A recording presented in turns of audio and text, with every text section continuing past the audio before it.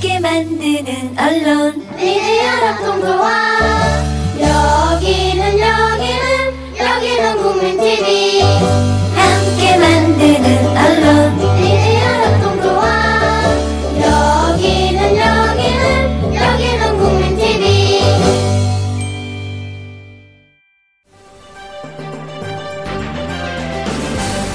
정치평론가 이강윤의 오늘. 안녕하십니까, 이강윤입니다. 6월 23일 화요일 시작합니다.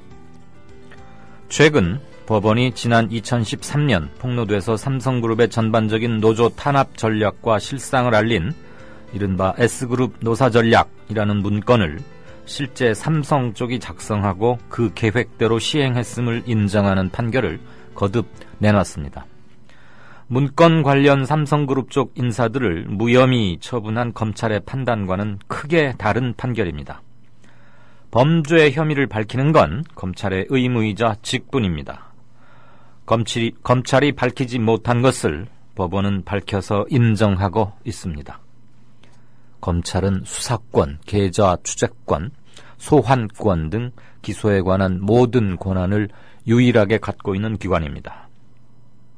그런데도 밝히지 못했던 것을 법원은 서류와 증인신문 등을 통해서 밝혀낸 겁니다. 이러니까 떡검이다, 삼성 장학생이다, 이런 비아냥을 듣는 겁니다. 주 기자님, 지난 주말에 콘도 다녀왔는데 진짜 좋았대. 주 기자님은 콘도 회원권도 갖고 있나 봐요? 부럽다. 이번에 회원권 114 거래소에 의뢰해서 싸게 구입했다는데? 콘도 회원권은 비싸지 않아요? 회원권인데? 근데 이 콘도 회원권이라고 다 비싼 게 아닌가 봐. 회원권 114에 알아보니까 종류도 많고 다양한 상품들 엄청 많던데? 그러면 우리도 봄 여행 한번 알아볼까요? 콘도는 회원권 114에서 구입하고요.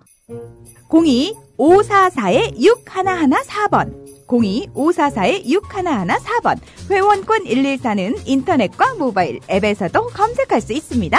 콘도 회원권 거래는 회원권 114 02-544-6114번으로 바로 전화해보세요. 네, 뉴스 브리핑 시작하겠습니다. 오늘은 이정일 PD가 수고해주겠습니다. 어서 오십시오. 안녕하십니까. 자, 밤새 메르스 현황, 오늘 오후까지의 속보 정리해볼까요? 네, 오늘 보건복지부 중앙메르스관리대책본부는 메르스 확진자가 3명 증가해 총 175명이 됐다고 밝혔습니다. 그리고 다행히 오늘은 사망자가 나오지 않았습니다. 전체 175명의 확진자 가운데 퇴원자 54명과 사망자 27명을 제외한 94명이 메르스 치료 중이며 이 가운데 16명의 상태가 불안정한 것으로 알려졌습니다.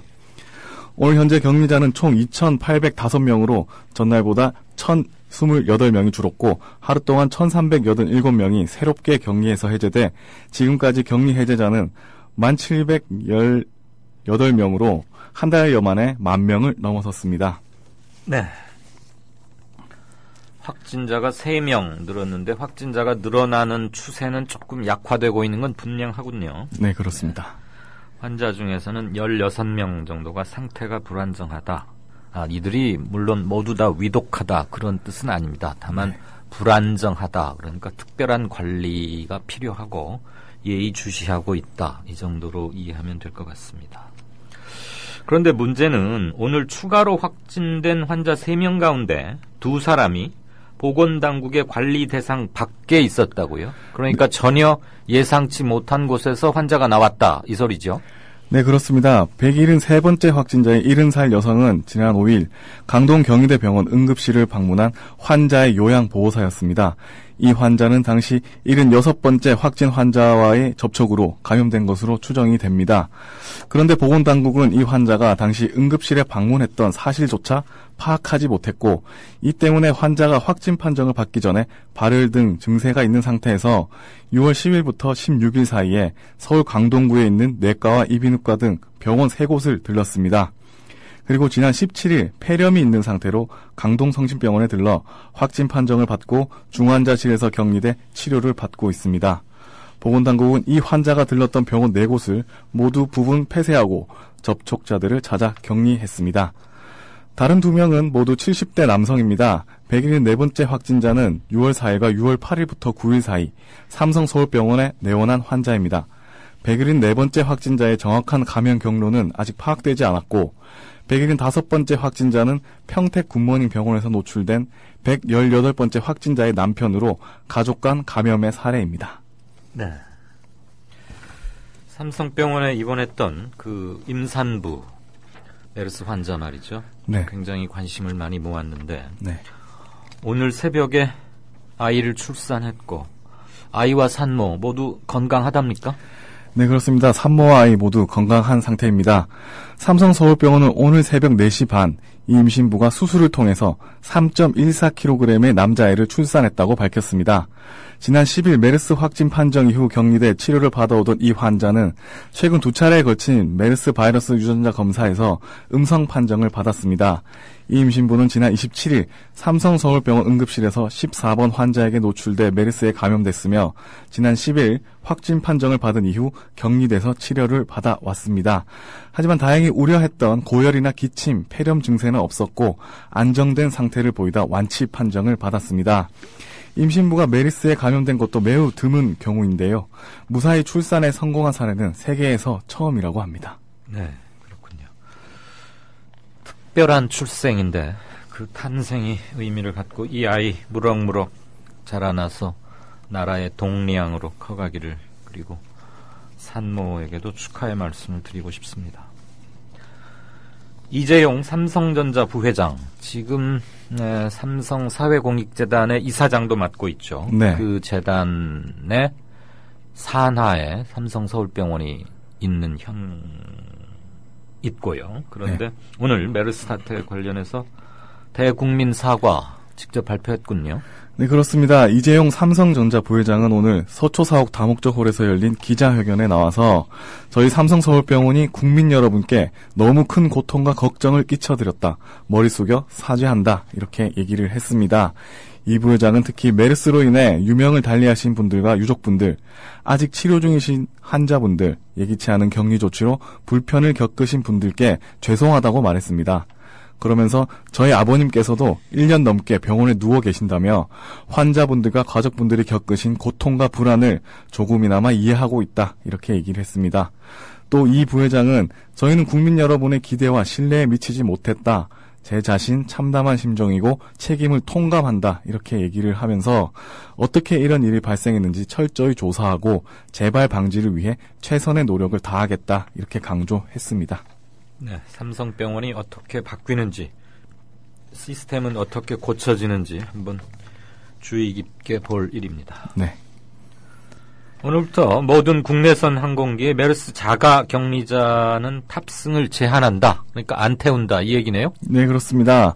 국토교통부는 보건당국의 요청에 따라서 메르스 확산 차단을 위해 오늘부터 모든 국내선 항공기에 자가 격리자의 탑승을 제한한다고 밝혔습니다. 메르스 자가 격리자는 출국 금지 대상에 포함돼서 국제선 이용 시에 출국 심사에서 통제 가능하도록 조치가 돼 있습니다. 하지만 국내선 이용 시에는 통제 방법이 없었는데요. 메르스 사태가 불거진 지 한 달 만에서야 정부가 탑승한 탑승 제한 조치에 나선 것입니다.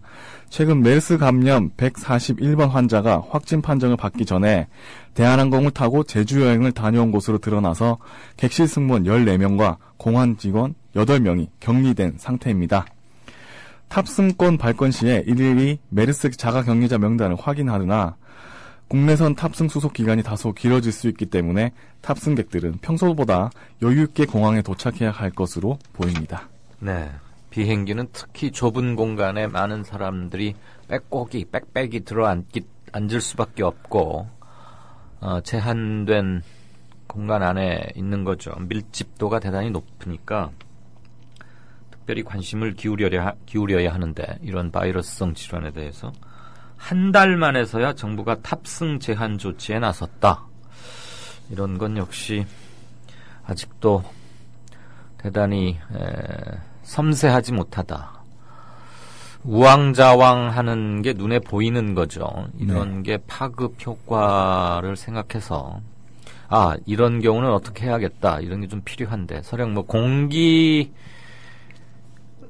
인한 전염, 공기 감염은 아니라 해도 아주 가까운 거리 내에서의 비말, 신체 접촉 이런 것들로는 옮길 가능성이 충분히 있기 때문에 비행기 같은, 사실 지하철도 좀 그런 점에서는 불안한 구석이 일말 있긴 한데 지하철을 일일이 뭘 하긴 힘든 거고요.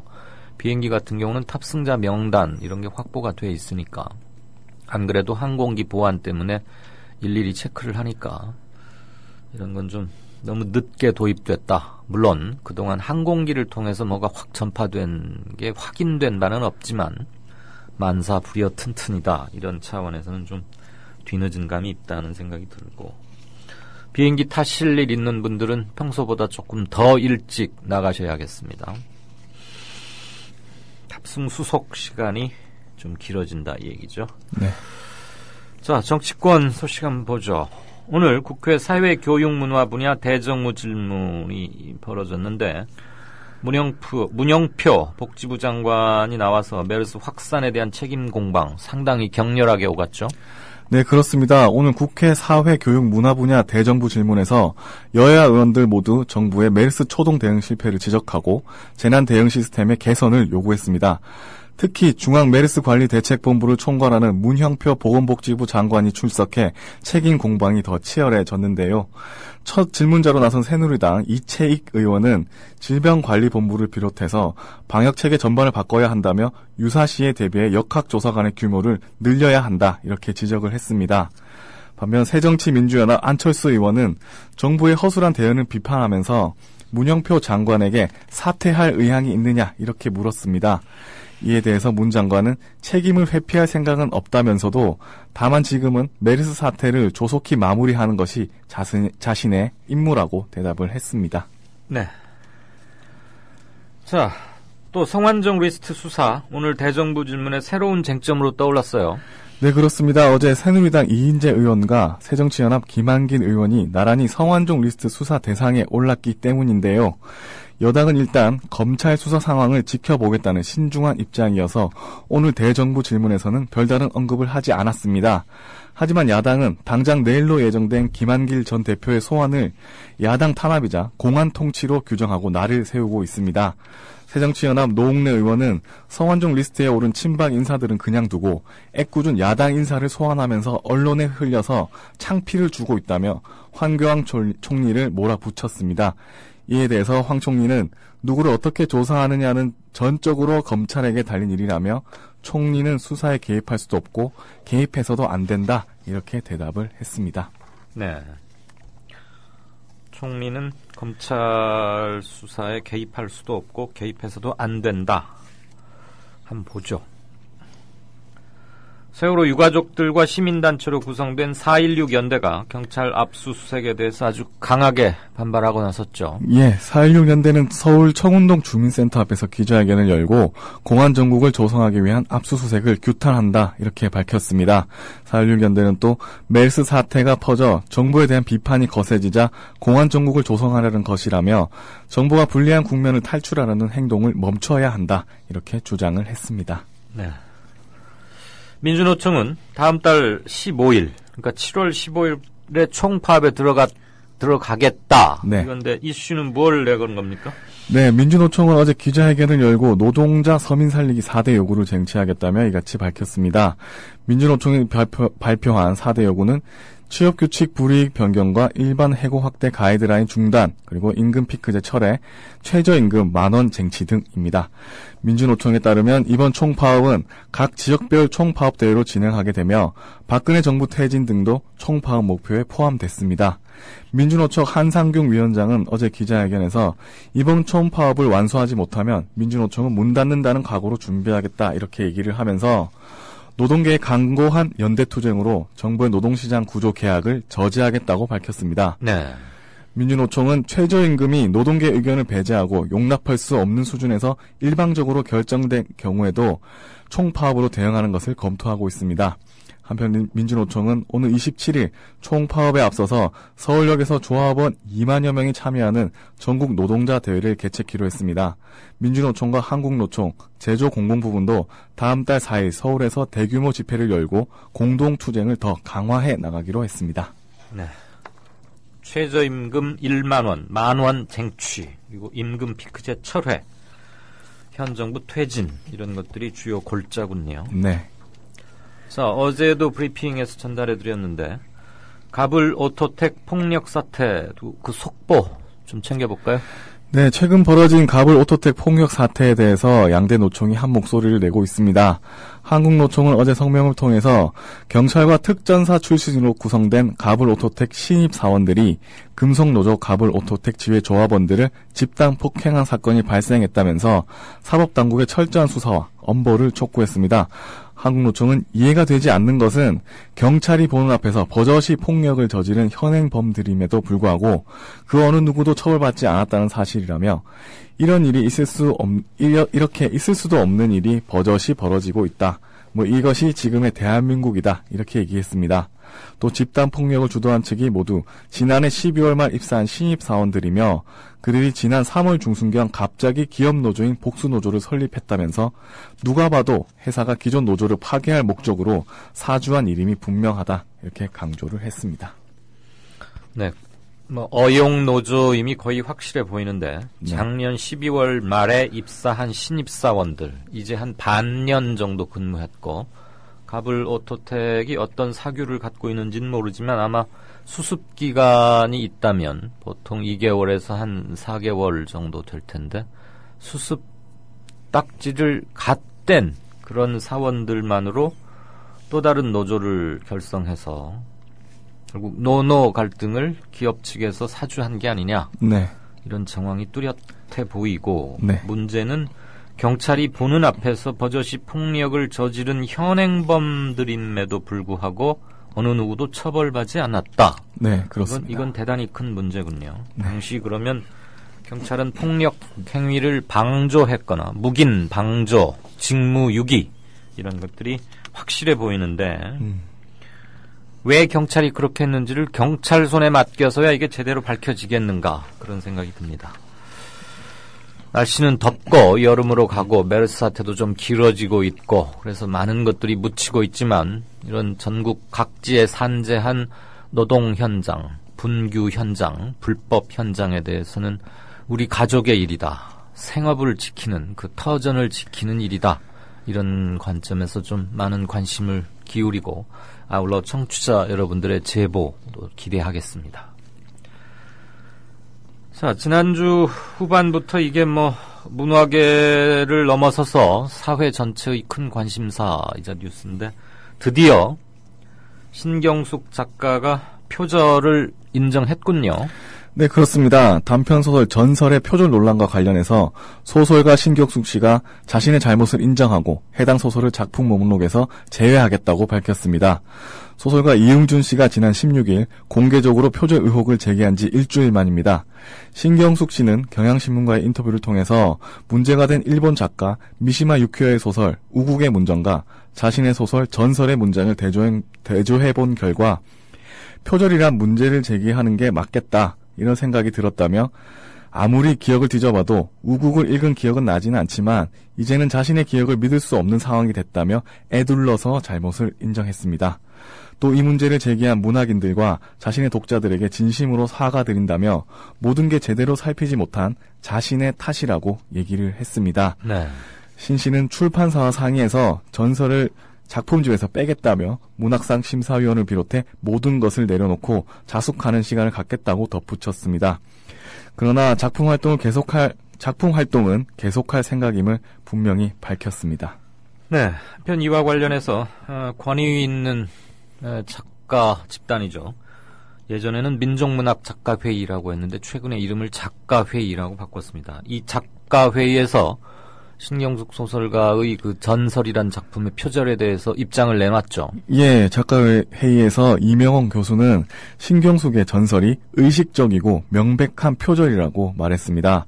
이로써 표절 논란이 더욱더 커질 것으로 예상이 됩니다. 네, 의도적이고 명백한 표절이다. 네. 베껴 썼다. 이 네. 말이죠. 네.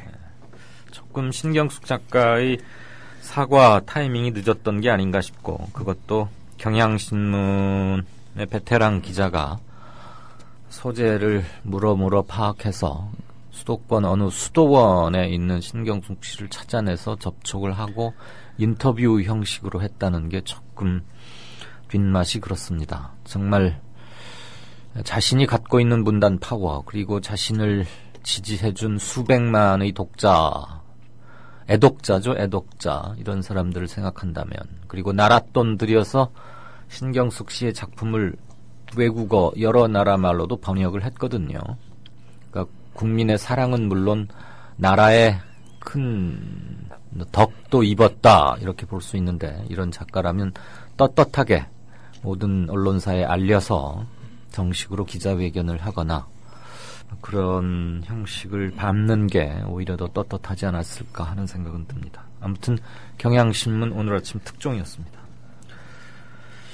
한편 소설가 신경숙 씨를 검찰에 고발했던 현택수 한국사회문제연구원장은 고발을 취하할 생각은 없다. 이거 가지고는 조금 논란이 많던데, 그러니까 여전히 자기는 고발한 거 계속 강행하겠다 이거죠. 예, 그렇습니다. 현택수 한국사회문제연구원장은 신 씨가 인터뷰를 통해서 밝힌 것은 사과가 아니었다. 표절을 인정하지 않고 자기 변명을 하는 느낌이라고 밝혔습니다. 현택수 원장은 지난 18일 신 씨를 업무방해와 사기 혐의로 서울중앙지검에 고발했습니다. 신 작가가 표절 작품을 발표해서 결과적으로 그의 작품을 출판한 창작가 비평 그리고 문학동네 등에 대한 업무방해와 손해를 끼쳤다는 요지입니다. 현 씨는 신 씨가 기억의 한계 등을 언급하면서 표절을 의도하지 않았다고 말한 것을 보면 법리적 검토를 한 게 아닌가 하는 생각이 든다, 이렇게 얘기를 했습니다. 네. 이것을 검찰 수사의 영역으로 넘겨야 하는 건지, 다시 한번 문단과 작가 전체들에게 기회를 줘서 자정 능력을 키우는 계기로 삼아야 할지, 모든 것을 법으로 해결하는 것은 좀 한계가 있다. 특히 이런 문제에 관해서는 말이죠. 네. 사실 작품 전체의 유사성보다는 그 단락을 거의 베껴 쓴 것, 이게 더 문제고, 표절이라면 작품 전체 얼개를 베낀다, 이것이 더 클 수도 있고, 그런데 처음에 사과하는 방법 잡아뗀 거죠. 이런 일에 휘말리면 작가가 상처받는다, 대응하지 않겠다, 나는 그런 작품은 읽어본 적도 없다, 이렇게 독자를 무시하는 듯한 그런 신경숙 씨의 첫 반응, 이게 더 분노를 초래했던 건데, 그렇지만 꼭 이것을 고소고발을 통해서 수사로서 가려야 하는 문제인지. 한간에서 보니까 신경숙 씨 1년 인세가 연 20억 원에 달한다, 이런 얘기들이 인터넷 아고라 이런 그 공간에 많이 아무튼 적혀 있는 걸 제가 봤습니다. 자신 있게 말하건대 그건 완전히 틀린 겁니다. 일테면 작가가 인세를 20억 원을 받으려면 10%를 받는다고 치고 200억 원어치의 신경숙 씨 작품이 팔려야 합니다. 200억 원. 그러면 한 권에 2만 원이라고 하면 쳐보죠. 2만 원까지 가는 책은 많지 않지만 100만 권이 팔려야 200억 원 되는 거 아닙니까, 매출이. 그런데 신경숙 씨가 물론 여지껏 여러 권의 책을 냈지만 다 합쳐서 100만 권이 팔리지는 않습니다. 그건 바로 집계가 되는 거고요. 마치 표절을 통해서 거대한 경제적 잘못된 이익을 얻은 것처럼 이렇게 몰고 가는 것은 지나치고요. 일단 사실관계가 틀렸다고 봅니다. 아마 제 짐작컨대 많아야 3, 4억 정도가 아닐까. 인세가 말이죠. 많아야. 아시겠지만 가장 많은 인세를 받는 작가는 이문열 씨죠. 워낙 베스트셀러도 많았고 또 평역 삼국지, 소설 삼국지 이런 것들 해서 이거는 스테디셀러인데 워낙 한 질이 12권인가 이렇게 많지 않습니까? 그렇기 때문에 한 질씩 사도 거기서 발생하는 인세가 엄청나고, 이문열 씨 책만큼 많이 팔리는 것은 아니죠, 신경숙 씨가. 그러니까 이 표절 파동이 터지자마자 기다렸다는 듯이 무차별적인 사실관계 아닌 것으로 공격을 하는 것, 그것은 조금 문제가 있어 보이고요. 인세 20억이다 이런 것은 명확히 말해서 그건 완전히 틀린 사실로 공격하는 겁니다. 표절 행위, 베낀 것 자체, 그리고 첫 반응, 사과가 아니라 오히려 잡아뗀 듯한 그런 것은 비난받아 마땅하지만 여타 부분에 대해서는 우리가 좀 냉정하게 이성을 되찾을 필요는 있다 하는 생각은 듭니다. 조금 제 말씀이 길어졌습니다. 실은 제가 주로 정치부 사회부에 있었지만 문화부 기자를 몇 년 했는데 그때 영화책도 한 권 내고 문학 쪽 담당도 한 2년을 했었습니다. 그래서 나름대로 조금 애착이 있고 문학 동네 사정을 조금은 아는 편이라 한 말씀 올렸습니다. 자, 마지막으로 날씨 한번 볼까요? 네, 전국이 맑은 날씨를 보이고 있습니다. 오후에 기온이 크게 오르면서 대기가 불안정한 경기 내륙과 영서, 그리고 충북 북부와 경북 북부에는 한때 5에서 20mm의 소나기가 내린 곳도 있었습니다. 이곳에서는 돌풍과 벼락이 동반되는 곳도 있었습니다. 낮 기온은 서울 30도, 대전과 대구는 31도, 광주 30도로 어제보다 1, 2도가량 높았습니다. 내일부터 올여름 장마가 시작됩니다. 내일 제주도와 전남을 시작으로 목요일과 금요일에는 충청과 남부지방에도 장맛비가 내릴 것으로 보입니다. 네, 목요일과 금요일에 충청 그리고 남부지방에 장맛비 소식이 있군요. 지금 가장 가뭄에 고통받는 곳은 강원도 지역인데 네. 강원도의 비 소식은 아직은 없습니다. 네. 네, 지금까지 뉴스브리핑의 이정일 PD였습니다. 고맙습니다. 감사합니다. 미디어 협동조합이 벌이는 싸움은 단번에 끝나는 단거리 달리기가 아니라 마라톤입니다. 반만 년 동안 기승을 부려온 기득권 논리, 또 기회주의가 어찌 일거에 숙청되겠습니까? 인내심과 지구력을 갖고 천천히 또박또박 그리고 신랄하게 헤쳐나가야 합니다. 국민TV의 조합원이 되어주십시오. 이 사술과 기만의 시대 언제까지 방치하겠습니까? 국민TV가 가장 무서운 견제자로서 어둠을 헤치고 썩지 않게 하는 힘이 되겠습니다. 이제 가입하실 때가 됐습니다. 미디어 협동조합 홈페이지 국민.tv 또는 mediacoup12@gmail.com의 문호는 24시간 열려 있습니다. 다 함께 자부심으로 물려줄 세상을 만듭시다. 누가 아는 바로 당신이 할 일입니다.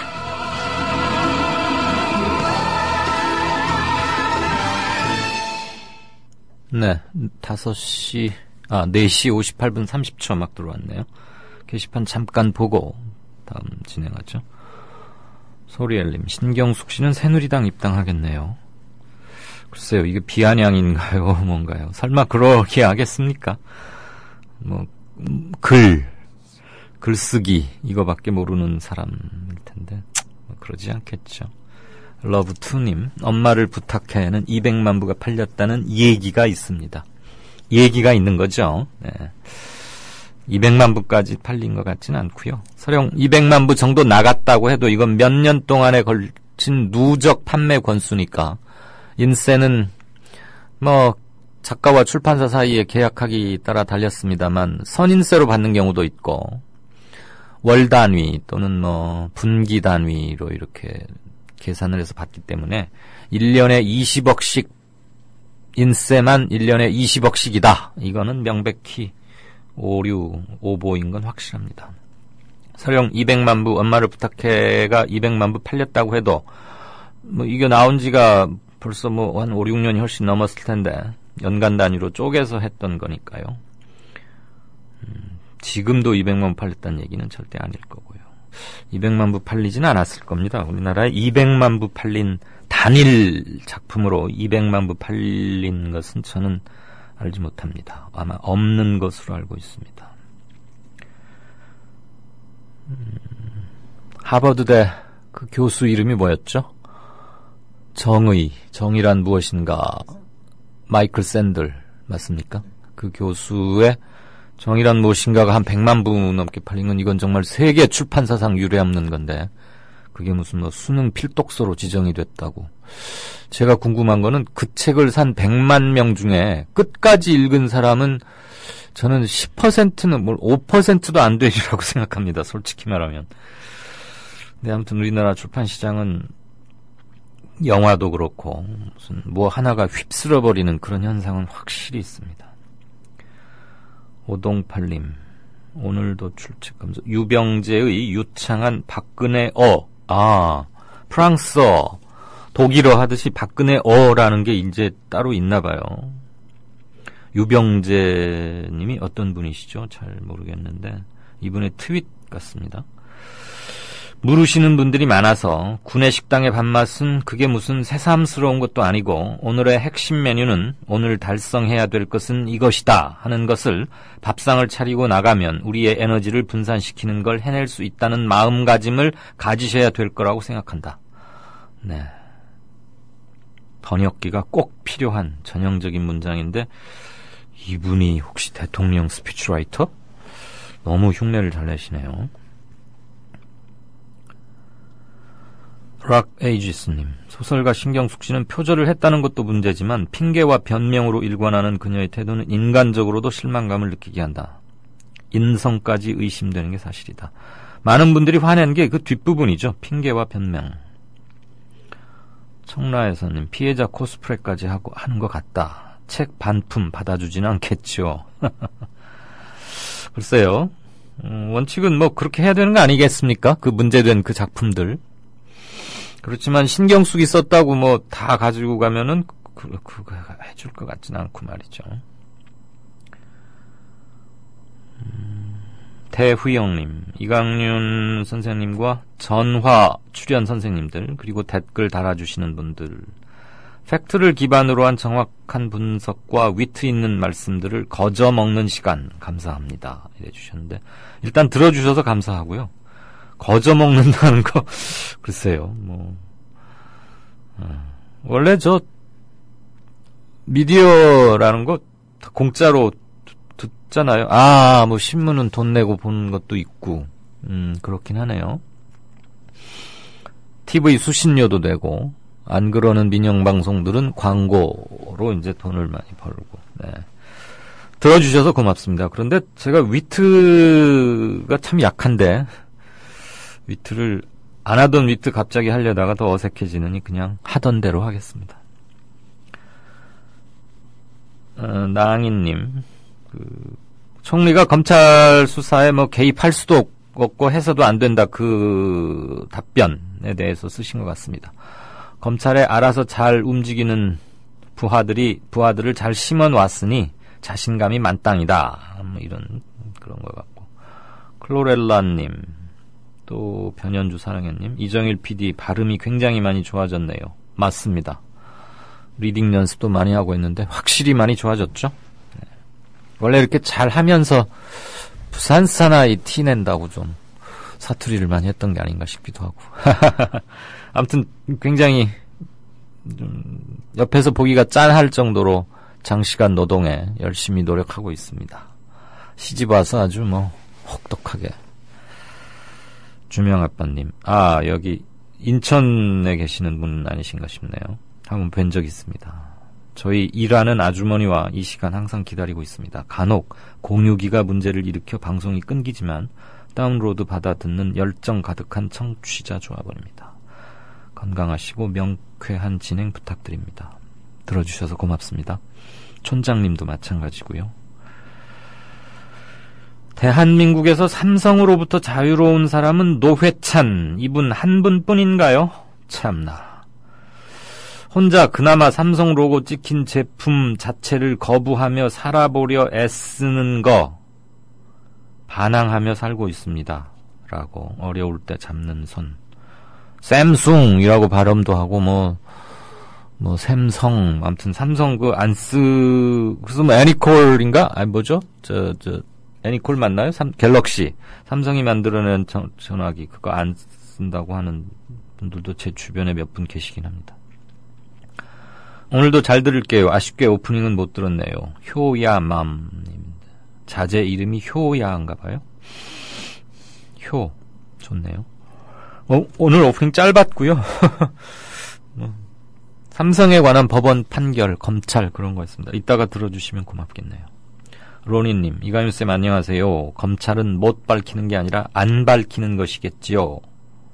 라고 쓰시려고 했었죠? 제가 의역해서 그냥 읽었습니다. 네.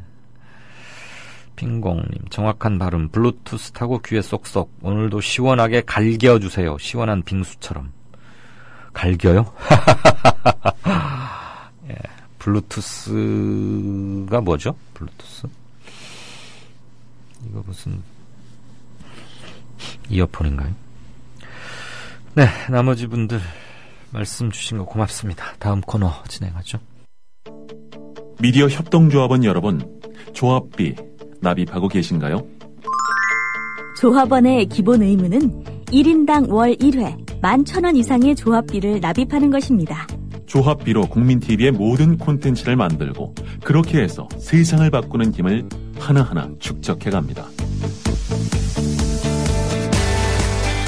미디어 협동조합 홈페이지 국민.tv 또는 서울전화 3144-7737로 신청하실 수 있습니다.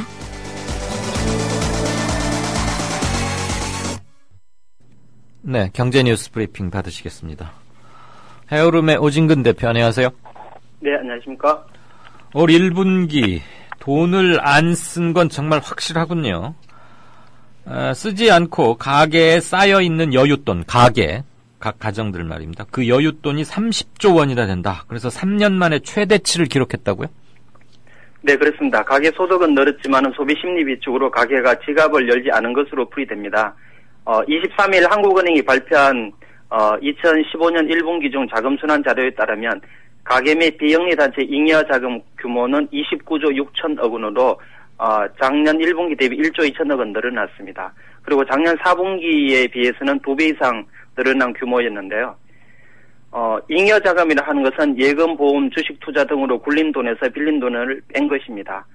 통상 1분기는 특별상여금 지급이 있기 때문에 그 소득이 늘어나는 부분이 있고, 그래서 1분기 실질 국민 총소득 GNI 증가율이 4.2%로 5년 만에 최대를 기록한 것이 영향을 미친 바 있습니다.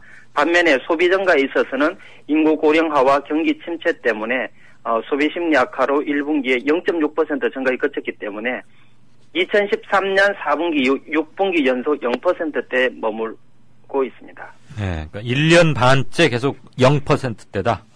네, 그렇군요. 올 1분기 기업, 정부 그리고 해외 부문은 상황이 어떻습니까? 네, 금융회사를 제외한 기업 부문은 자금 부족 규모가 4조 4천억 원이고 일반 정부 부문은 재정을 조기 집행하는 바람에 작년 4분기 19조 4천억 원 자금 잉여에서 5조 5천억 원 1분기 자금 부족으로 나타났습니다.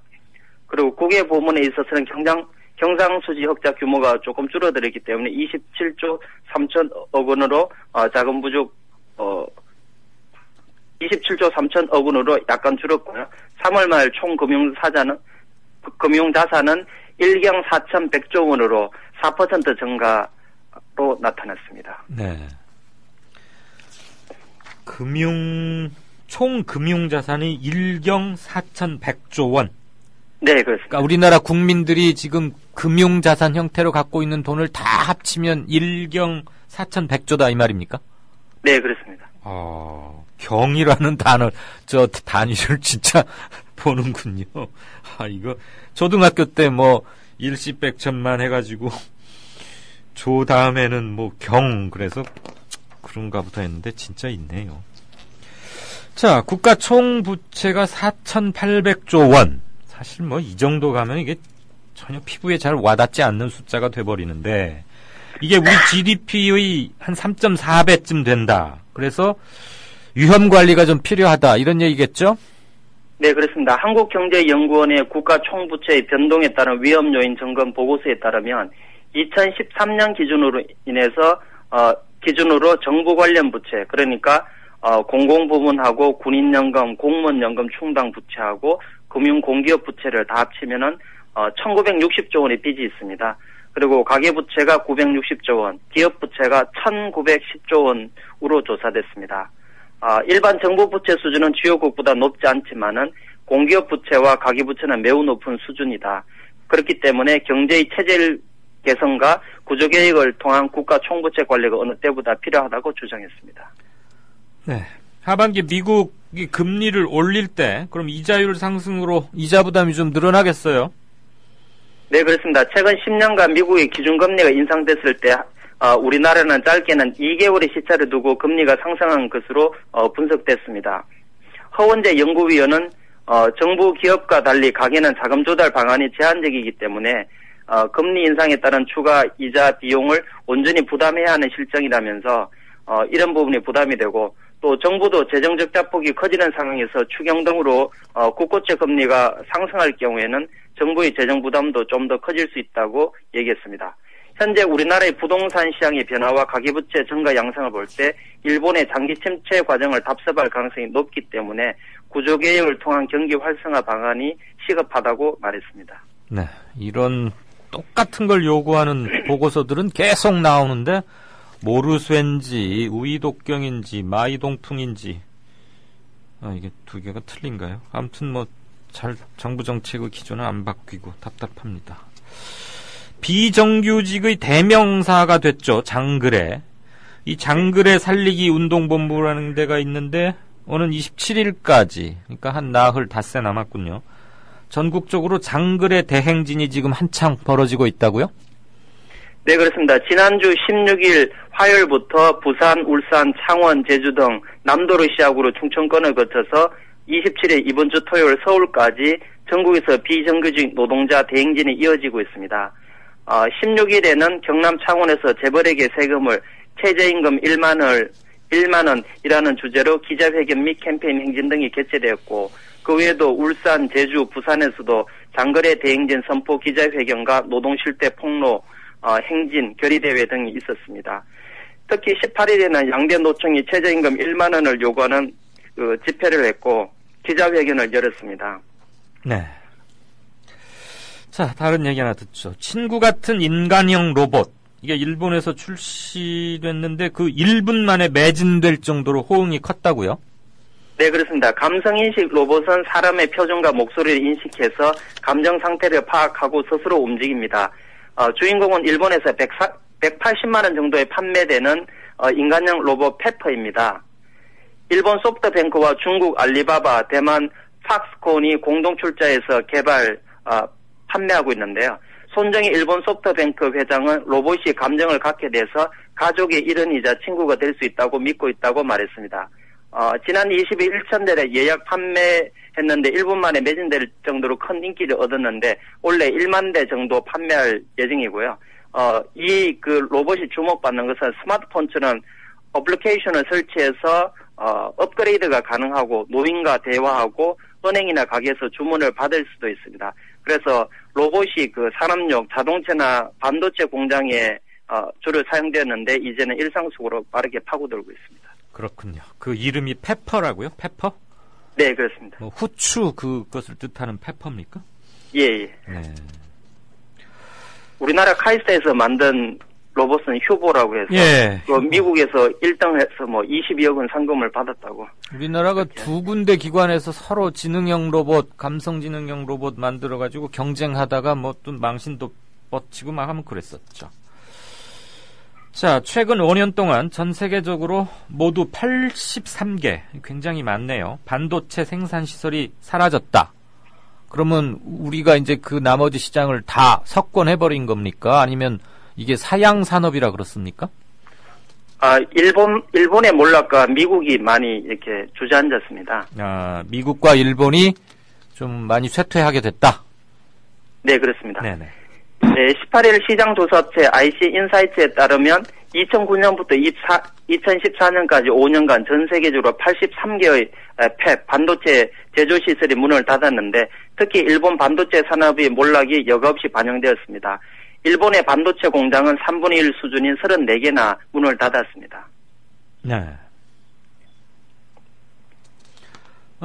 특히 일본은 오키 반도체, 산요 반도체, 엘피다 등 디램 반도체 업체 3군데가 다 공장을 문을 닫았고 마이크론이 인수되었기 때문에 굉장히 많이 없어졌고 낸드 플래시 대표 기업인 도시바도 3, 4년간 5개의 팹을 문을 닫았습니다. 네. 그렇군요. 그래서 전체적으로 반도체 업계 트렌드는 설계만 하고 생산은 TSMC나 삼성전자 등의 파운드리로 맡기는 것이 위험 부담을 적게 하고 시설 투자비를 대폭 줄이는 그런 것이 트렌드로 정착 되고 있습니다. 그래서 우리 반도체 SK 하이닉스하고 삼성전자의 마켓 쉐어 시장 점유율이 훨씬 더 넓어지고 커지고 있다 뭐 이런 얘기겠죠. 네, 그렇습니다. 네. 그러면 미국이나 일본은 이것을 포기하는 겁니까? 아니면 채산성이 안 맞아서 또는 시장에서 도태된 겁니까? 채산성이 안 맞아서 포기를 한 것이고 대부분 패블리스로 전환을 했다고 보시면 될 것 같고요. 네. D램 같은 경우에는 일본이 아예 손을 뗐다 이렇게 보시면 됩니다. D램은 부가가치가 굉장히 낮잖아요. 근데 지금은 낮지가 않고 네. 그 옛날에 23개 업체가 경쟁할 때는 굉장히 부가가치가 낮은데 지금은 부가가치가 높은 산업이 되었습니다. 이제 뭐 많이들 없어졌으니까 경쟁 상대가 없어졌으니까 가격 결정권을 행사해서 그러나요? 아무튼 네, 그렇습니다. 비메모리에 비해서 뭐 D램은 아주 이익이 박하다. 그래서 삼성전자는 빛 좋은 개살구다. 이런 게 한 10년 전까지 10몇 년 전에도 그때는 한참 유행이었는데 상황이 많이 바뀌었군요. 아무튼 업계는 시시각각 변한다. 못 따라가면 곧 도태된다. 이런 얘기인가 봐요. 네, 그렇습니다. 네, 잘 들었습니다. 지금까지 경제뉴스 브리핑의 오진근 헤어룸 자산 대표였습니다.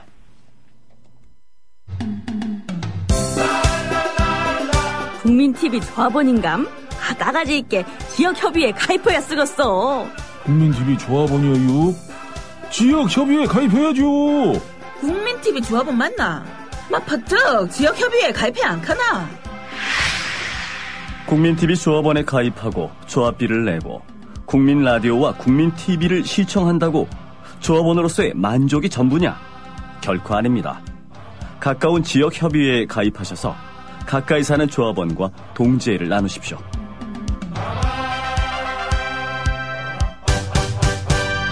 자세한 가입 안내는 미디어협동조합 홈페이지 지역협의회 게시판을 참고하시면 됩니다.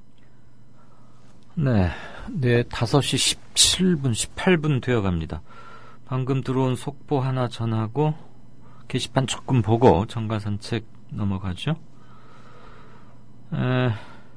연합뉴스 발 보도인데요. 북한의 억류 중인 남한 국민 2명에게 무기징역을 선고했다는 겁니다. 무기징역. 이게 추방 절차를 통한 송환을 위한 건지 그런 것 같지는 않아 보여요. 무기징역이다. 교화형도 아니고 무기징역이다. 우선 일보만 나왔기 때문에 자세한 것은 지금은 좀 더 이상의 파악은 곤란합니다. 느티나무님, 한 발 늦으셨네요. 오진근 대표에게, 도움말 같은 거 좀, 자문? 일종의 그런 걸 말씀하신 것 같은데, 전세는 없고 지금 월세만 있는데, 이 집 구하러 다녀보면, 부동산에서는 매매만 권유해서 고민이다. 토끼몰이를 당하는 것 같다. 아마 오진근 대표가 답글을 달지 않을까 싶습니다. 굉장히 꼼꼼히 보더군요. 세월호 박래군 위원장 상임운영위원회 변호를 맡고 있는 변호인이 중부서에 출석 통보를 받았답니다. 도로교통법 위반이라는데 징역 10년 이하 벌금 1,500만 원 이하 처벌이라네요. 무슨 도로교통법 위반이 이렇게 셉니까? 박래군 대표의 변호사는 세월호 집회 시 집회자를 보호하고 경찰들의 의견도 반영해서 잘 조율고자 노력하신 분인데 별일 없기를 바랍니다. 유신 냄새가 납니다. 이러셨고요. 꿈꾸는 청년님, 이강윤 앵커님, 신경숙 씨의 엄마를 부탁해의 판매 부수와 그로 인한 인세 등은 사실에 근거한 내용인 걸로 사료됩니다. 일단 아래의 기사와 스크랩을 한번 보시죠. 이러면서 신경숙의 엄마를 부탁해가 200만 부 돌파했다는 연합뉴스에 이게 며칠자 보도인지는 모르겠는데 URL을 올려주셨는데요. 아까도 말씀드렸지만 정확히 제 말씀을 정확히 이해를 안 하신 것 같네요. 매년 인세로만 20억씩 받고 있다라는 것은 명백히 틀린 말이라고 제가 말했죠. 이것만 가지고는 누적해서 몇 년 동안 합치면 20억에 달할 수야 있었겠죠. 200만 부니까. 10,000원씩 잡는다고 치고. 그런데 해마다 20억씩 받고 있다라는 것은 명백히 틀렸다라는 게 제 말의 요지였습니다. 200만 부는 돌파했군요. 저는 200만 부까지는 못 간 줄 알았는데 그 점은 지적해 주셔서 고맙습니다. 그렇지만 제가 말한 것은 해마다 20억씩 받는 독자는 작가는 명백히 분명히 단언코 말씀드리는데 한국에 없습니다. 이 200만 부가 나갔다. 엄마를 부탁해가 그게 만약 10,000원이었다고 치면 신경수 통상 10% 인세일 거고 그럼 1,000원 곱하기 200만 하면 되겠네요. 그럼 20억은 되죠. 그걸로는. 몇 년에 걸쳐서 엄마를 부탁해로 인세가 20억은 됐겠지만 해마다 20억씩 받는 게 아니죠. 인세는 한 권당 10% 받고 나면 그걸로 끝이니까. 아무튼 이 엄마를 부탁해는 정말 신경숙 씨를 국제적인 작가로 만든 대표작이 되어버렸는데 이게 미국에서도 굉장한 반향을 불러일으켰어요. 그걸 두고 왜 미국인들이 이런 정서, 이 작품에 그렇게 열광할까, 그거 가지고도 기사를 많이들 썼던 그런 기억이 납니다. 뮤지컬로도 제작됐었군요, 이게. 그로 인해서 벌어들인 돈은 상당하겠군요. 뮤지컬로 제작되면 또 원작 사용료를 책 팔았을 때와는 별도로 받았을 것이고, 영역돼서 미국에서 몇만 부가 팔렸는지는 모르겠는데 거기에서도 또 인세가 들어왔을 것이고, 엄마를 부탁해가 미국 출간 닷새 만에 뉴욕타임스 집계 베스트셀러 21위까지 올라갔었다는 그런 것도 있군요. 자, 사도 요한님 역시 또 한 발 살짝 늦으셨습니다. 워런 경제뉴스 브리핑 끝났는데 오늘 중국 증시 많이 떨어지고 있다는데 어제도 폭락했다더니 오늘도 그런가 보죠. 우리나라 증시 30% 상하한선으로 늘린 것, 이것은 지난 목요일에 오 대표하고 한번 짚어본 얘기입니다. 그때 거를 한번 꺼내서 들으시거나 개인적으로 메시지 같은 걸로 물어보셔도 되지 않을까 싶군요. 오동팔님, 박 대통령이 드디어 대국민 사과를 민영화했다는군요. 사과도 민영화합니까? 자신은 하지 못하는 일을 박원순 시장이 하니까 시기와 질투에 부들부들 떨었던 모양인데, 자신은 절대 못하는 또는 안 하는 대국민 사과를 삼성의 이재용이 떡 해버렸으니 대통령이 또 한번 부르르 떠는 건 아닌지 모르겠다 이러셨고요.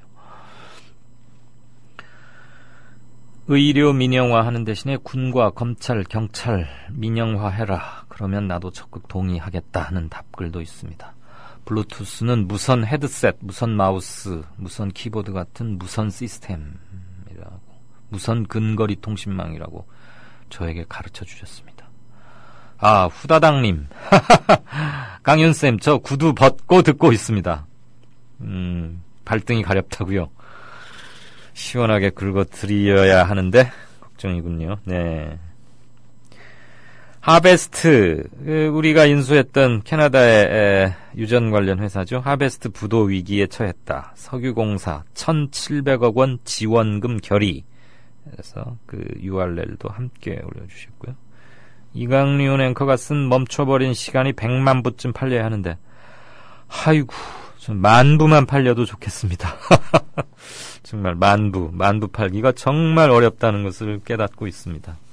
제가 그래서 도서관에 좀 구매 희망 비치 도서 목록 그런 거에 좀 신청해 주십시오. 그 말씀을 어디 가서 북 콘서트 할 때마다 드리는데요. 몇몇 분께서 이렇게 자기 지역 인근의 도서관에서 그렇게 했고 책이 왔다 이런 거 알려주셔서 대단히 고맙습니다. 사주셔도 좋긴 하지만 차마 책 사달란 말씀은 못 드리겠고요. 우리가 낸 세금으로 도서관에서 일괄 구입해서 돌려보고 그러는 게 낫지 않을까 싶습니다. 아유, 책값도 비싸요. 아이들 참고서 이런 것도 막 10,000몇천 원씩 하니까 참 300만 원 안팎으로 열심히 일해서 버시는 분이 우리나라 월 급여 소득자 중에 제일 많다는데, 그 구간이 중고등학생 한두 명 기른다고 한다면 그 책값들 어떻게 되는지 정말 그 생각하면 가슴이 참 짠하고 애리고 말이죠. 그보다 못해서 학원 한번 가보는 게 꿈인 그런 가정도 참 많고요. 그런 생각만 하면 막 힘이 촥 빠지고 뭔가 알 수 없는 분노가 저 가슴 밑바닥에서 막 불같이 치밀어 오르고 어금니에 힘이 들어가고 막 그럽니다. 한쪽에서는 돈이 흔전만전이고 우리 세금을 몇 조씩 어디다 쳐박고 날리고 2조짜리 어떤 외국 유전 회사를 2조에 샀는데 뭐 지금 뭐 100 몇십억밖에 못 받는다느니 이런 말 들으면 막 부들부들 떨리고요. 헬기다, 잠수함이다, 통영함이다, 뭐 5, 60억씩, 240억씩 헤쳐먹는 장성들, 뭐 대령들, 이딴 쓰레기 같은 자들을 우리가 그것도 군인연금까지 쳐 매겨가면서 그런 것들을 분노하지 않을 수가 없습니다. 정말. 나랏돈 빼먹는 놈들은 극형으로 다스려야 합니다. 극형으로.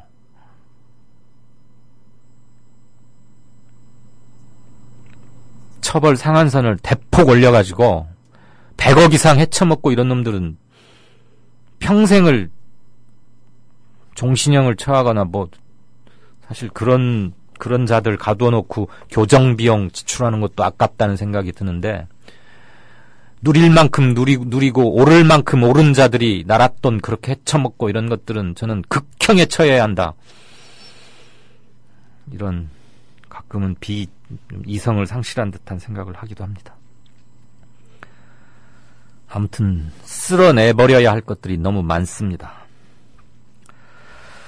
바른손님, 부산은 지금 온 동네에 교통경찰이 깔려있네요. 뭔 일일까? 밀란이라도 일어날 것 같다 싶은데 거기 뭐 있나요? 누가 오늘 행차합니까? 아니면 무슨 대규모 집회가 있나요? 뭐죠? 교통경찰이라 왜 그런 거죠? 많은 분들이 궁금함을 표시해줬는데 대후형님이 왜 그런가 하고 찾아봤더니 메르스 극복 헌혈 행사. 아이고, 이런 전시성 행사를 아직도 합니까? 메르스 극복 헌혈 행사를 하느라고 글쎄 교통경찰이 그냥 천지 빽가리로 깔려있다 이런 말입니까? 답답합니다. 끝내 이길이라님, 하하하, 정의란 무엇인가? 그거 사서 읽다가 도중에 그만둔 사람 중 하나입니다. 제가요. 이광윤쌤 예리하십니다. 그거 예리한 거 아니고요. 그 어려운 책을 어떻게 다 읽어요. 저는 정말 100만 부가 팔렸다는 말을 듣고 깜짝 놀랐는데 그 재미도 없고 두꺼운 거 중요한 책인지는 압니다. 예, 다음 코너 넘어가겠습니다. The American people realize that this cannot be made a fight. Our working thesis tonight is this quotation. If this fight against communism is made a fight between... 안녕하세요. 뉴스K 앵커 노지민입니다. 제 앵커석 옆에는 4명의 언론인 사진이 걸려 있습니다. 이 중 한 사람인 에드워드 머로우는 메카시즘의 광기를 끝낸 용감하고 양심적인 기자로 기록됩니다. 숨죽여 있던 미국의 지성을 일깨운 계기였습니다. 어느 누구는 뉴스 앵커가 특정한 주장을 펼치는 것이 점잖지 못하다고 지적합니다. 하지만 시시비비를 가리는 것은 언론인의 사명입니다. 뉴스K가 그 사명을 일깨우면서 한국 언론을 선도하겠습니다.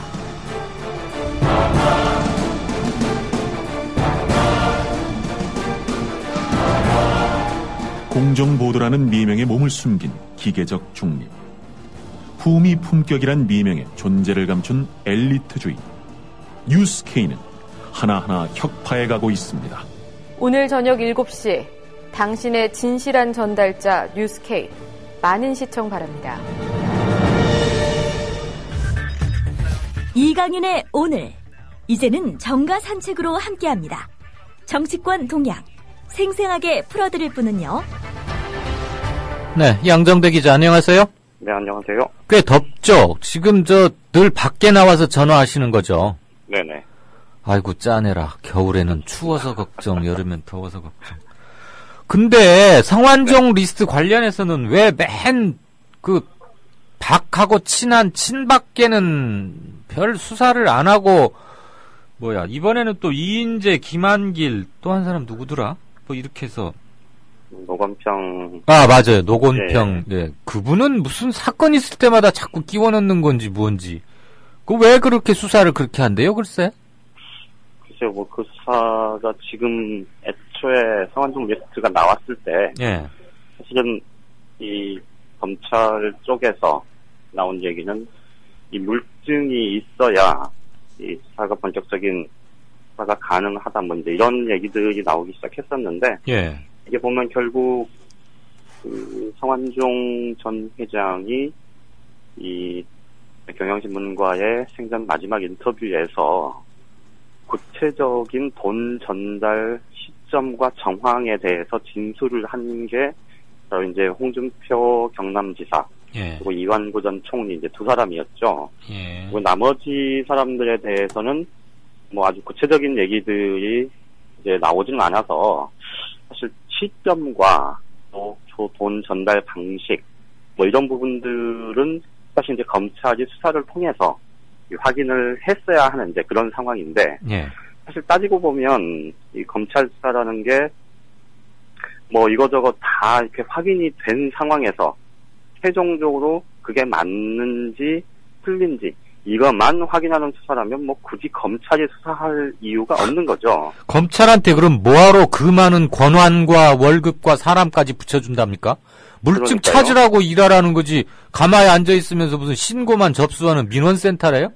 그렇죠. 그러니까 애초에 처음 이 리스트가 불거졌을 때 이 검찰 쪽에서 나온 얘기는 사실 그 얘기 자체가 검찰 수사가 뭐 제대로 진행되기 어렵다는 거를 뭐 현실 권력 이 박근혜 대통령의 측근 그룹 사람들이 이렇게 망라된 그 리스트 수사가 제대로 되기 어렵다는 것을 사실 뭐 직간접적으로 네. 뭐 토로한 거다 뭐 이렇게 볼 수도 있었을 것 같습니다. 예. 지금 이제 결과적으로 보면 지금 검찰 수사가 거의 막바지 단계다 뭐 이런 얘기가 나오는데 되게 이 막바지 오래간의 수사.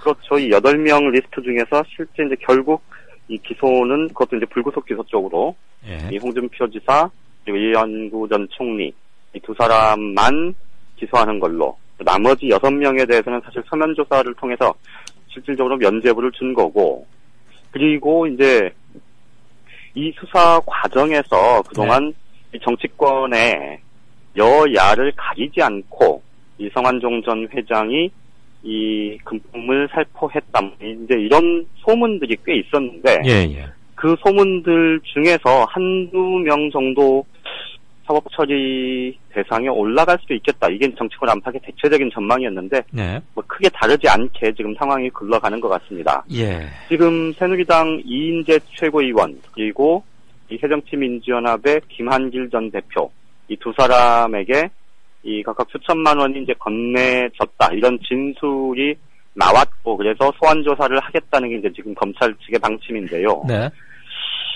말씀드렸듯이 지금 정치권 안팎에서 돌던 소문대로 상황이 진행되는 것 같다라고 말씀을 드렸는데 그런데 이제 이 두 사람 그러니까 이인재 최고위원과 김한길 전 대표 두 사람 모두 보면 예. 이 정치적인 무게감이 어쨌든 꽤 있는 사람들이고 예, 그렇긴 하죠. 그런데 이인재 최고위원도 그렇고 김한길 전 대표도 그렇고 지금 현재 여당이나 야당에서 주류는 아니지 않습니까? 그렇죠.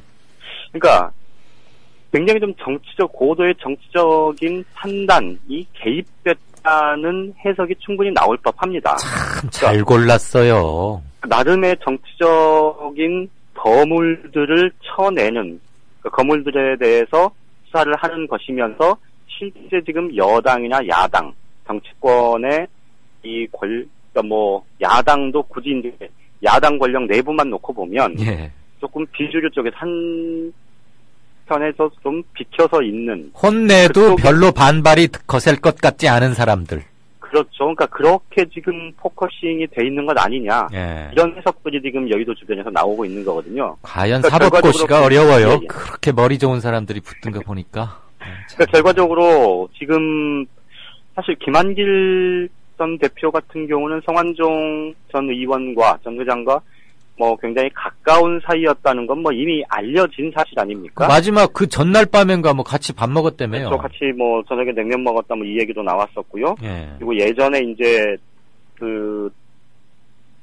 이제 정부에서 이제 공동정부 운영할 때나 뭐 이런 때 이제 같이 이 안면이 꽤 있었다 이런 얘기도 있었고요. 그때부터 이제 친분이 쌓여졌다 이런 얘기가 있었고, 이인재 새누리당 최고위원 같은 경우는 이제 같은 충청권으로서 네. 이 상당한 접촉이 있었을 거다 이제 이런 예상들은 좀 있었던 터라, 이 두 사람이 어쨌든 국민들이 이름을 들으면 알만한 정치인이고, 그런데 여당에서든 야당에서든 두 사람 모두 이 핵심에서는 약간 비껴서 있는 그런 상황이고, 뭐 이런 정도로, 그러니까 나름의 검찰이 명분도 찾으면서 이 수사를 좀 진짜로 이제 끝내는 그런 수순밟기에 들어섰다. 뭐 이렇게 이제 해석을 할 수 있을 것 같고요. 예. 앞서 말씀하셨던 그 노건평 씨, 그러니까 노무현 전 대통령의 친형 노건평 씨와 관련해서는 이 성완종 전 회장의 이 특사 사면과 관련한 부분 수사의 일환이다. 뭐 이런 얘기가 나오는데, 네. 실제 돈을 받았는지 여부에 대해서는 아직 검찰 쪽에서도 구체적으로 이렇게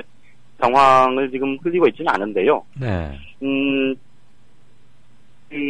검찰 수사의 한 축이 이 성완종 전 회장의 사면 쪽에 맞춰질 거다라는 얘기가 나오면서 사실 이 노무현 전 대통령의 측근 그룹 중에서 누군가가 검찰에 소환될 거다라는 얘기가 나왔고, 그 중에 한 명은 이제 얘기가 됐던 사람이 바로 노건평 씨였는데, 뭐 크게 예상을 빗나가지는 않았고, 그런데 아주 구체적으로 돈이 오간 정황 이런 것보다는 지금 정치권 안팎에서 나오는 얘기를 종합해 보면 이 당시에 이 MB 쪽하고, 네. 그러니까 이명박 전 당시 당선인 신분이었죠. 그쪽하고 노무현 전 대통령 쪽 청와대하고 좀 접촉이 있었고, 그 접촉 과정에서 이 정치적인 합의가 이루어진 사면이다. 뭐 이런 네. 얘기들이 많아서 노건평 씨 수사 관련 부분은 조금 더 지켜봐야 되지 않을까 싶습니다. 예. 아무튼 뭔가 좀 스케치를 데생을 해가는 과정을 보니까 좀 많이 기시감이란 게 좀 있어요. 이 자리에서 그 말씀을 드려도 되는지 모르겠는데, 돼요. 얼마 여기는. 전에 뭐 한 몇 달 전에 종영된 예. 한 드라마가 있는데, 이제 펀치라는 제목의 드라마가 있었는데요. 네. 여기 이제 조재현 씨, 김래원 씨 뭐 이런 사람들이 이제 주연으로 나왔던 그 드라마인데, 예. 거기 보면 이 검찰들 얘기를 다루고 있는데, 네. 이 수사라는 게 사실 굉장히 좀, 그러니까 말씀하셨던 그 그림, 스케치, 예. 이런 것들을 통해서 상황들을 이렇게 쭉쭉 정리해가는 그런 이제 장면들이 상당히 많이 나오거든요. 네. 그 드라마 한번 보시면 지금 검찰 수사가 어떤 맥락에서 네. 진행이 되는 거다라는 것에 대한 감이 조금 더 오실 수는 있을 것 같아요, 청취자분들. 드라마도 볼 시간 있어요? 그럼요. 자, 그거는 좀 지켜봐야겠네, 아닌 게 아니라. 그 다음에 지금 광주에서 오늘 새정치혁신위 위원들 내려가서 1박 2일인가로 뭐 하고 조국 교수도 막 올리고 하던데. 네네. 사실 뭐 하늘 아래 새로운 건 없고 혁신이 안을 몰라서 못했던 건 아니고 결국은 실행의 문제인데 역시 그렇죠. 뭐 눈에 띄게 새로운 건 없었어요. 그렇죠. 실제 이제 오늘 굳이 찾자면 현역 의원들의 평가, 현역 의원들에 대한 이 평가를 굉장히 엄정하게 하겠다. 네. 뭐 이 정도 대목이 좀 그 여러 가지 뉘앙스를 담고 있다. 뭐 이런 해석은 가능할 것 같습니다. 예. 말씀하셨듯이 지금 여당이든 야당이든 뭐 좋은 얘기들은 이미 다 해놔서 캐비넷 속에 다 있어. 그렇죠. 그러니까 뭐 새롭게 이제 안이 나올 거라는 기대를 하기는 어렵고, 그래서 혁신이가 처음 출범할 때, 이거 네. 혁신이 인선이 이루어졌을 때, 뭐 청취자분들께 말씀드렸던 것처럼 핵심은 인적 쇄신인데, 그 인적 쇄신이 언제 어느 수준으로 단행이 될 수 있느냐, 이게 이제 핵심일 거다라고 말씀을 드렸었는데요. 오늘 지금 김상곤 혁신위에서 그 당내 이제 기득권 파파와 관련한 몇 가지 안을 내면서 중앙위원회 개최를 요구한 대목이 있는데 오늘 조국 교수가 자신의 페이스북에다가 이 다른 것보다 이 중앙위 개최 요구에 좀 주목해달라 뭐 이런 얘기를 남겼던데요. 봤어요, 저도. 이게 이제 결국은 어차피 말씀하셨듯이 이제 실행이 어느 수준까지 될 수 있느냐의 문제고, 예. 당연히 이제 혁신위에서 이 나오게 되면 그게 이제 최종적으로 당의 안으로 확정되는 과정은 이제 형식적인 절차들이 필요한데 이제 그중에 중앙위 절차를 거쳐야 하는 건 맞는데, 네. 그런 단순하게 이 형식적인 절차의 문제로 중앙위 개최를 요구한 게 아니고 실제 중앙위로부터 이 전폭적인 권한의 위임, 사실상의 위임을 받는 그 자리를 지금 요구한 걸로 그렇게 봐야 될 것 같습니다. 예. 그렇다면 실제로 아직 이제 총선이 1년이 조금 남지 않았는데 이 과정에서 이 혁신위가 좀 미리, 그러니까 총선 공천 때 가서 이제 본격적인 물갈이보다는 이 찬바람 나기 전에 인적 쇄신에 대한 큰 방향은 물론이고 세부적으로 일정 부분 진도를 나가겠다는 뜻을 좀 내부적으로 조금 굳히기 시작한 것 아니냐 이런 해석을 하는 게 맞을 것 같습니다. 알겠습니다. 양 기자, 짧게 퀴즈 하나 낼게요. 네네. 이 정부 들어서 민영화 하는 거 많았잖아요. 네. 사과 민영화가 뭔지 알아요? 글쎄요. 아하. 이게 오늘 뭐 삼성 서울병원 그 건인가요? 역시 또 모르고 있었지만 기가 막힌 눈치 팔단이시네. 정부가 할 사과를 삼성 이재용 씨가 했다고 그래서 이 정부는 사과도 민영화했답니다. 자, 잘 들었습니다. 예, 고맙습니다. 네, 정가산책 지금까지 한국일보 양정대 차장이었습니다. 국민 라디오를 또 국민 TV를 읽는다? 미디어 협동조합 콘텐츠의 관문, 국민TV 뉴스를 아시나요? 뉴스K 등 국민TV의 모든 기사, 조간브리핑 등 국민 라디오의 인기 콘텐츠, 주요 방송의 녹취와 뉴스메이커와의 대담, 주요 원고 대본이 여러분을 기다립니다. 국민 라디오와 국민TV를 한눈에 만나세요. news.국민.tv 모바일 접속은 m.news.국민.tv. 네, 진짜 인터뷰입니다. 더 이상 설명이 필요 없는 분이죠. 예은이 아빠. 4.16 가족협의회 유경근 집행위원장 모셨습니다. 안녕하십니까? 네, 안녕하십니까? 전화할 때마다 안녕하십니까라고 묻는 게 참 속상하고 송구합니다. 이해해 주십시오. 예. 오늘 효자동 청운동에서 기자회견한 거 다 이미 뉴스로 전해드렸고요. 네네. 사단법인화 왜 정부에서는 허락 못 해주겠다는 겁니까? 뭐 해수부에서 직접적으로 이야기하는 이유가 몇 가지 있는데요. 네. 뭐 결론적으로 보면 가족들이 이게 똘똘 뭉쳐서 뭔가를 하겠다는 게 탐탁치 않다, 마음에 안 든다, 뭐 이런 거죠. 네. 뭐 그렇게밖에 해석을 할 수밖에 없고요. 예. 구체적인 그 이유로 얘기를 하는 건 두 가지인데, 첫 번째는 저희가 내세우고 있는 사단법인의 목적이 자신들의 소관 업무가 아니라는 것 하나가 있고요. 네. 네, 그 다음에 저희들의 그 사업 목적이 이 진상규명특별법 또는 배부상특별법의 취지와 맞지 않는다. 뭐 이렇게 얘기를 하고 있어요. 대개 1번은 공무원들이 뭐 거절할 때 상투적으로 쓰는 말 같고요.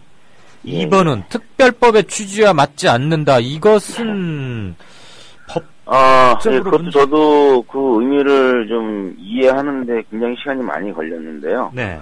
물론 지금도 이해가 전혀 되지 않고 있습니다만 얘기하는 건 이런 거죠. 저희가 예를 들어서 진상조사를 위한 활동을 하겠다. 네. 목적이 있는데요. 그건 특별법에 따라서 이미 특별조사위원회가 구성이 되고 활동을 이제 하려고 하는데, 거기서 하는데 왜 가족들이 하려고 하느냐 이런 얘기고요. 예.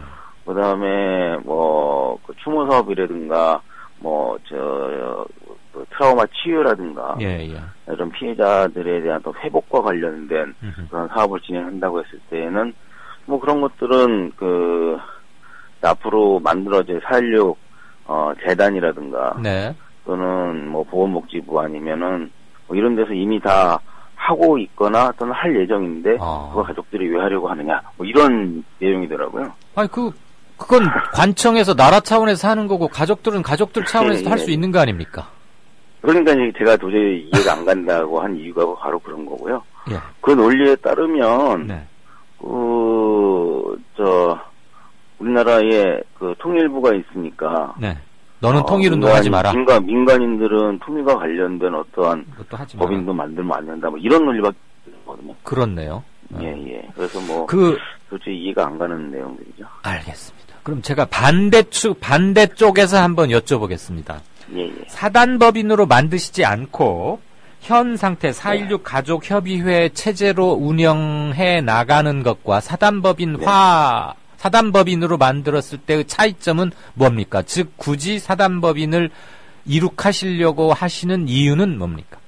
예, 그것은 오히려 저희들 가족들이 스스로 우리 자신들에게 뭔가 강력한 어떤 규율을 좀 만들어서 스스로 그 규율 속에서 움직이고 싶다는 뜻이죠. 다시 말해서 기존의 가족협의회로도 활동이 가능합니다. 네. 그러나 그것은 임의단체의 성격이죠. 예. 따라서 그 단체를 운영하는 데 있어서 어떤 법적인 책임이나 권한, 의무 뭐 이런 것들을 강조할 때에는 어떤 내부 규율이라든지 아니면 서로 간의 어떤 그 이해와 양해 이런 것 속에서 이루어지는 거지만 이 사단법인화를 통해서 그 필요한 기관의 관리 감독도 받는 동시에 네. 이 단체를 이끌어가는 데 있어서 어떤 보다 분명한 법적인 권한과 책임, 네. 의무 네. 이런 것들을 강조하고 싶은 거고요. 네. 또 이게 중요한 이유는 저희 피해자들이 숫자도 많을 뿐만 아니라 구성 다양하죠. 굉장히 다양하게 돼 있죠. 네. 이런 분들이 좀 자신 있게 자신들의 의사들을 표명을 하면서 뜻을 한 곳에 모으기 위해서는 그런 좀 법적인 기구의 필요성이 분명히 있죠. 네. 유가족들 개인 차원의 모임이 아니라 공식화하고 스스로의 규율을 강화하겠다 이런 것이니까 오히려 해수부나 뭐 국민안전처나 이런 데서 사단법인화를 도와줘도 지금 부족할 판인 것 같은데. 예, 저희는 당연히 그렇게 생각을 해서. 그리고 무슨 돈을 지원해달라는 것도 아니잖아요, 사단법인이. 그거는 잘 아시다시피 저희 단체의 성격상.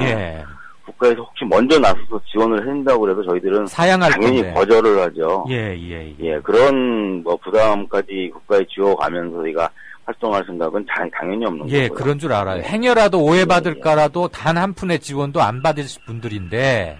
예, 그렇죠. 도저히 그 두 가지 이유는 안 그래도 어제 오늘 뉴스를 체크하면서 유 대변인, 이게 하도 명 대변인을 하셔가지고 지금도 대변인이라고 부릅니다.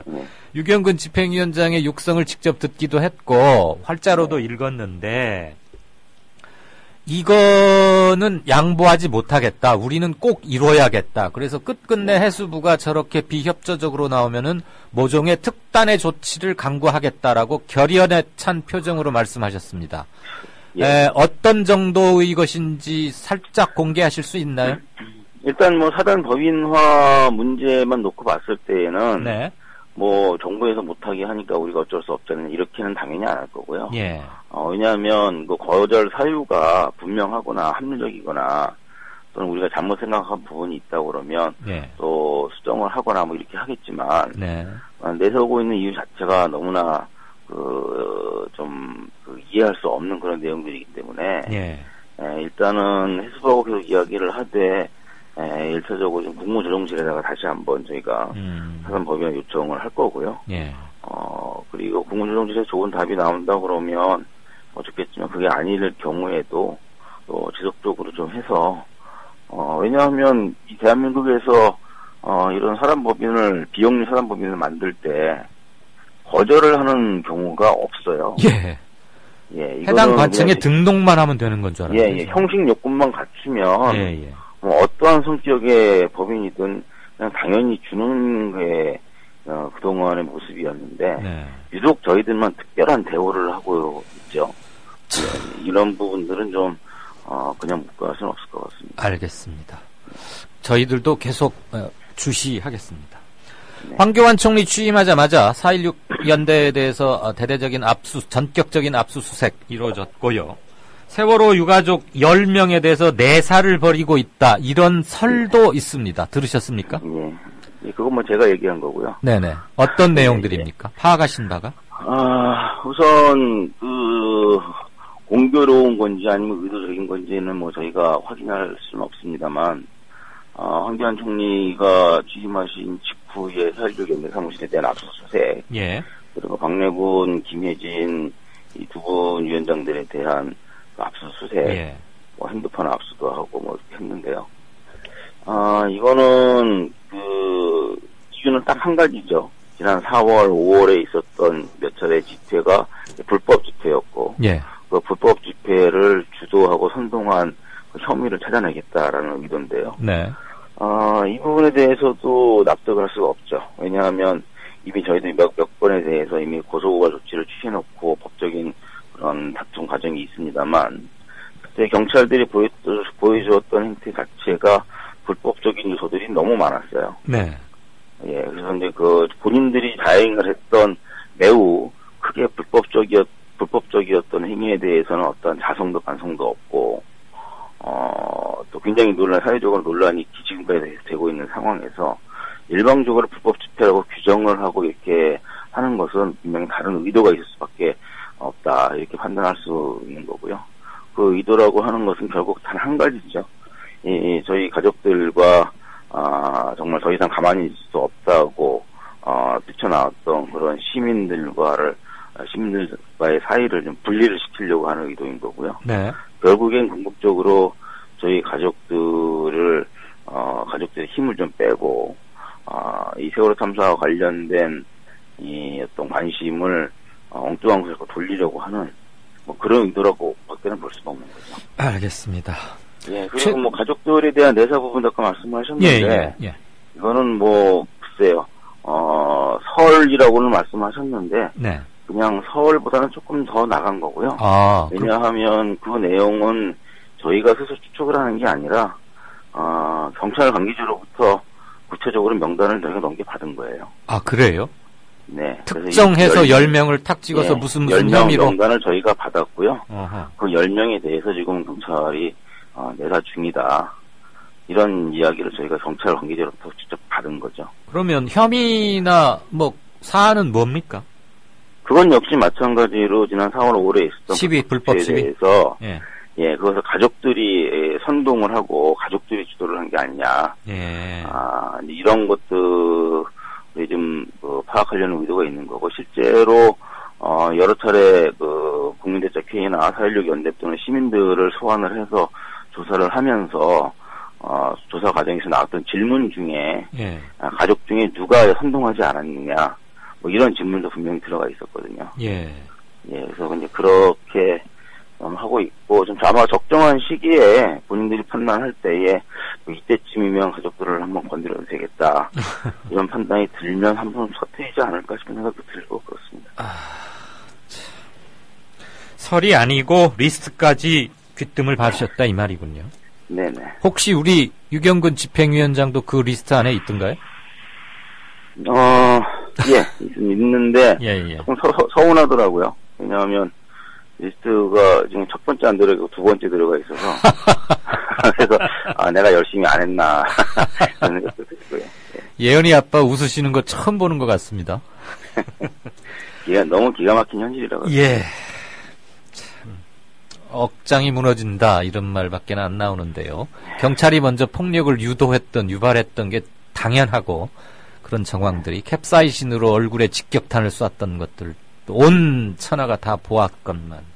자, 최근에 한 달간 메르스 때문에 대한민국은 온통 다 그리 가 있는데, 작년 4월 16일 이후로 1년간 우리가 영원히 아직까지 벗어나지 못하고 있는 세월호입니다. 그런데 이번 메르스 사태를 보면서 세월호 재판이다, 어쩌면 그렇게 똑같냐, 304명의 목숨이 그렇게 희생됐건만 그 이후로 우리가 바뀐 게 이렇게 없단 말이냐, 이런 통탄이 곳곳에서 나오고 있습니다. 네. 유가족을 대표하시는 입장으로 이번 메르스에 대처하는 정부의 자세 어떻게 평가하고 계십니까? 너무 국민 여러분들께 정확하게 진단을 하고 계시고요. 저희들도 정말 하고 싶은 말이 많은데, 그러나 혹시라도 저 유가족들이 또 다른 문제를 정치적으로 또 악용을 한다, 또 이런 이야기들을 자꾸 또 하시고 이럴까봐 그냥 지난 한 달 동안은 이 메르스 문제에 대해서 구체적으로 언급 안 하면서 지켜보고 있었는데요. 저희 가족들이 느끼는 것은 정말 작년 4월 16일 진도 팽목항에서 봤던 모습을 지금 여전히 보고 있거든요. 예. 어느 누구도 지휘하지 않고 관리하지 않고 또 어느 누구도 명확하게 답을 하지 않고 공개하지 않고 그러는 가운데 정작 가장 힘없고 방치되어 있던 그런 국민들이 희생을 당하고 있고 네. 희생을 지금도 여전히 확진자가 나오고 사망자가 나오고 있음에도 불구하고 네. 이 정부에서 어느 누구도 명확하게 잘못했다 사과한다는 말 한마디 네. 제대로 하는 사람 없고요. 이후에 대책 역시 마련하지 못하고 있고 이 모습을 보면서 네. 도대체 이 대한민국 국민들은 언제까지 이런 잘못된 무책임한 정부 아래에서 자신의 목숨을 담보로 이렇게 아슬아슬하게 살아가야만 하는 것인지 예. 이런 사회에서 좀 벗어나 보자고 저희들은 지난 1년 넘게 그렇게 해왔는데 정말 과연 우리가 끝까지 해낼 수 있을 것인지 네. 정말 좀 두렵기도 하고 너무 답답하기도 하고 화도 나고 그렇습니다. 예. 컨트롤 타워가 아니다라는 것까지 똑같더라고요. 너무... 글쎄요, 뭐 이렇게 말하면 또 유언비라고 할까요? 그렇게 말하도록 만드는 무슨 교범이 있는 건지. 예, 뭐 왜 그거는 설령 네. 정말로 객관적으로 합리적으로 그렇다고 하더라도 네. 이 정부가 그렇게 얘기를 하면 안 되죠. 그렇죠, 그렇죠. 그러니까 그것까지도 똑같다는 거에 절망 아니할 수가 없는 것 같습니다. 네. 아무튼 사단법인화 쟁취 문제 등을 비롯해서 계속 메르스는 메르스고 세월호는 세월호입니다.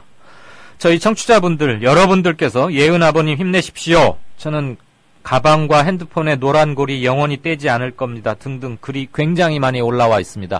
일일이 다 전해드리지 못한 것을 송구하게 생각하고 덥고 여러 가지로 힘드신데 인터뷰 응해주셔서 대단히 고맙습니다. 예, 감사합니다. 네, 진짜 인터뷰 이걸로 마치겠고요. 6월 23일 화요일 이강윤의 오늘이 준비한 순서는 여기까지입니다.